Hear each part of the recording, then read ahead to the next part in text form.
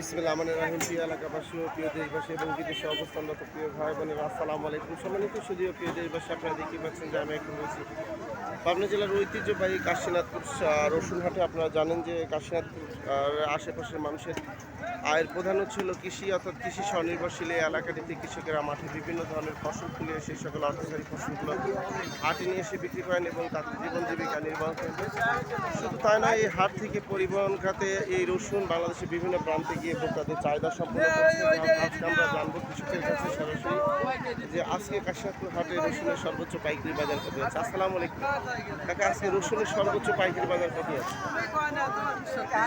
35-36। সম্মানিত সুধীয় প্রিয় দেশবাসী, আপনারা বুঝতে পারছেন যে কাশীনাথপুর হাটে আজকে রসুনের সর্বোচ্চ পাইকারি বাজার যাচ্ছে 3500 টাকা থেকে 3600 টাকা মূল্যে। আবারও আপডেট নিউজ নিয়ে ফিরে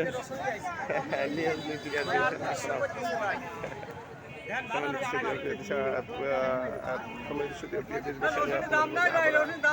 আপডেট নিউজে ফিরে আসবেন। আসসালামু আলাইকুম।